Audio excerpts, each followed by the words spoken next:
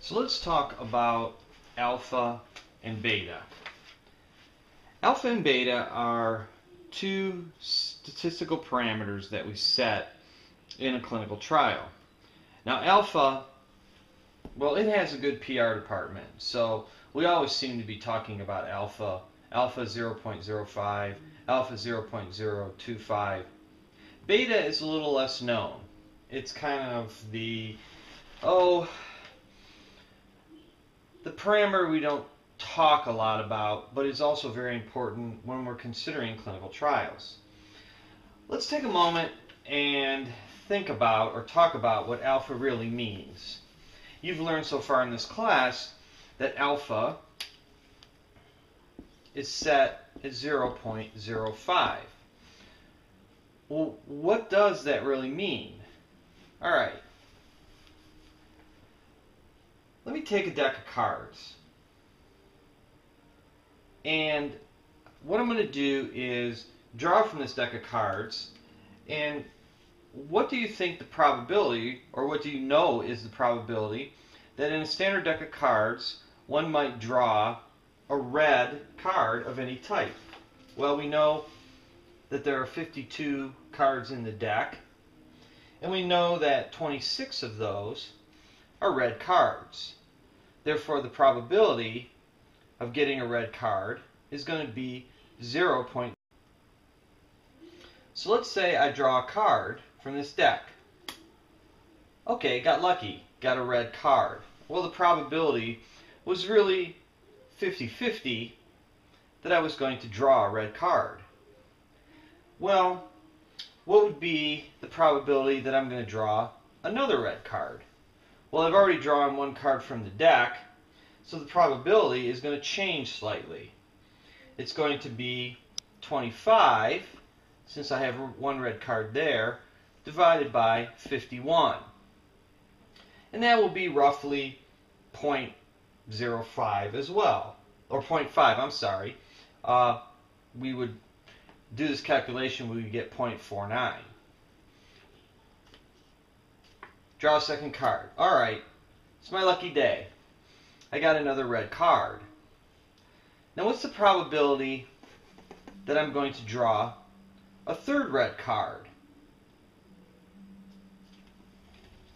Wow, a third red card. Okay, what's the probability then that I would draw another red card?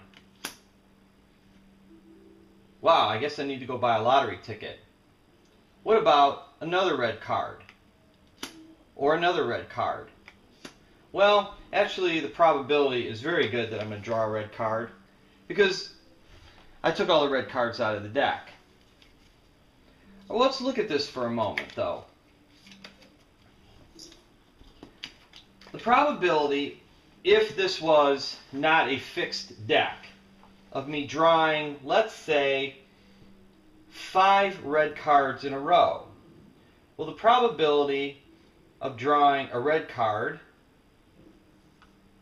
and another red card and another red card and another red card and another red card would be 26 out of 52 for the first red card, 25 out of 51 for the next red card, 24 out of 50 for the next red card, 23 out of 49 for the next red card, and 22 out of 49 for the fifth red card, or 0.5 times 0.49 times 0.48 times 0.47 times 0.46.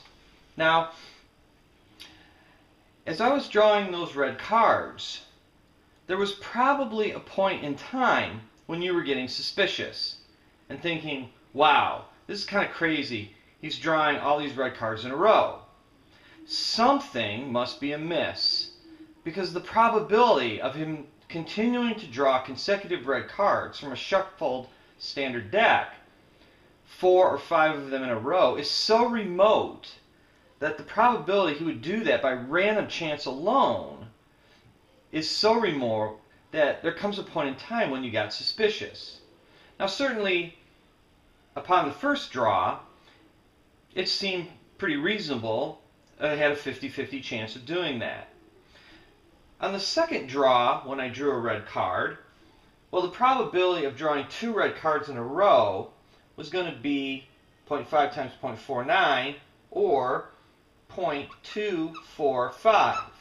Now that probably didn't get you very suspicious, because getting 2 red cards, each with 50-50 chance, that probability, 25% chance, not that remote. The probability of drawing 3 red cards in a row started to get pretty remote, 0.1176. Well, we're starting to border there on a 10% probability of that occurring. When you saw the third red card, you probably thought, oh, that's a little odd, but 3 cards in a row, not unreasonable.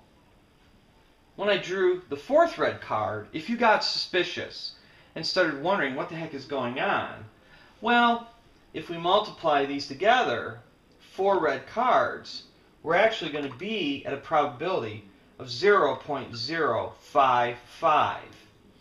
And if you were suspicious at the fourth red card, then you're really kind of a medical scientist, I guess, because that's alpha, 0.05 approximately. The point at which we say that the probability of this having happened by random chance alone is so remote that there must be something going on. Well, in the case of a medical study, we say, well, the probability, let's say if we're looking at a blood pressure medication, that the individuals in the treatment group would have lower blood pressure as compared to the placebo group.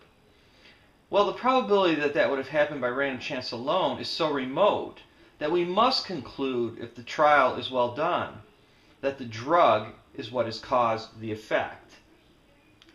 So that, in essence, is what alpha is. It's just an arbitrary point that we've picked as medical scientists to say that in a study, if we see an effect, and we can show that the probability that it could have happened by random chance alone is less than 0.05, then we're willing to conclude that something is going on. And that something is usually the drug effect that we're testing. Now, alpha also means something else. Alpha, as we learned in hypothesis testing, is the probability of making a type 1 error. That is, that if there is no difference, which exists, if this is the truth, that the drug has no effect, the probability that we would conclude in error that the drug did work, or that we would conclude that there is a difference, would be 0.05. Now, beta is the opposite, sort of alpha. That if a difference really does exist, the probability that we would conclude that there is no difference, we call a type 2 error. Or, actually, we call the probability beta. Okay? Concluding that there is no difference when a difference does exist is a type 2 error. Now, let me put that into, again, the context of really what it means to us in terms of drug studies. If a drug does not work, and we conclude that the p-value is significant, and therefore say the drug does work, then that would be a type 1 error.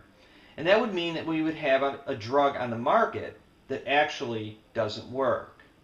So alpha, across all of the clinical trials that we use, if everything just was proven exactly at just over 0.05, then that would mean, in essence, that of the drugs that we have on the market, approximately 5% actually don't work.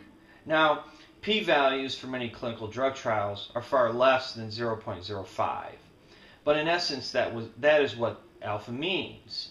It would be the probability that the drug, we're going to conclude that it works, when in actuality it does not work. Beta is the opposite of that. Beta would mean that the drug actually in truth does work, but we have concluded that the p-value is not significant. And so our conclusion is that the drug doesn't work.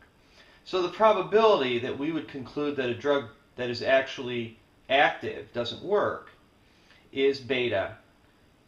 And oftentimes in studies that is set at no more than 0.20.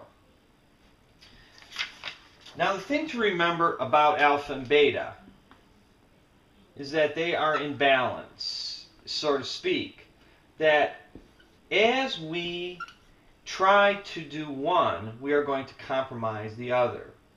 The more that we push alpha down so that we don't commit a type 1 error and put a drug on the market that doesn't work, then the greater the probability that we're going to commit a type 2 error and miss an opportunity to help patients out by concluding that a drug that actually does work doesn't. So these two parameters are always going to work against each other. But the FDA, in really wishing us to push alpha to as small a number as possible, would rather have drugs on the market that work and avoid putting drugs on the market that don't than the opposite. That's been your Statistical Minute.